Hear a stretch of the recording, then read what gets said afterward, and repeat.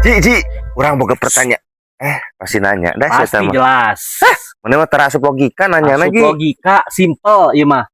Sok. Jawab ya. Buah-buah naon anu sopan? Cek aing oge naon. Buah-buah naon nu sopan. Ya heuh atuh.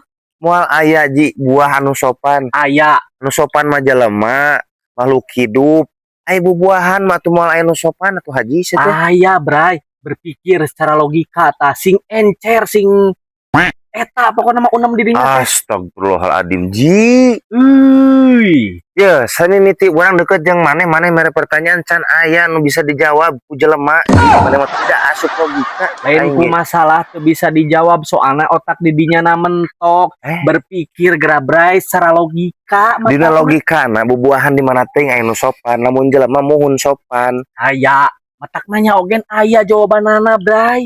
Da penonton mana ge moal apaleun haji? Tong gagabah ka penonton urang. Penonton orang mah cerdas, pinter siga didinya. Mau ditanyaan? Buktikeun. So, Gas. para penonton.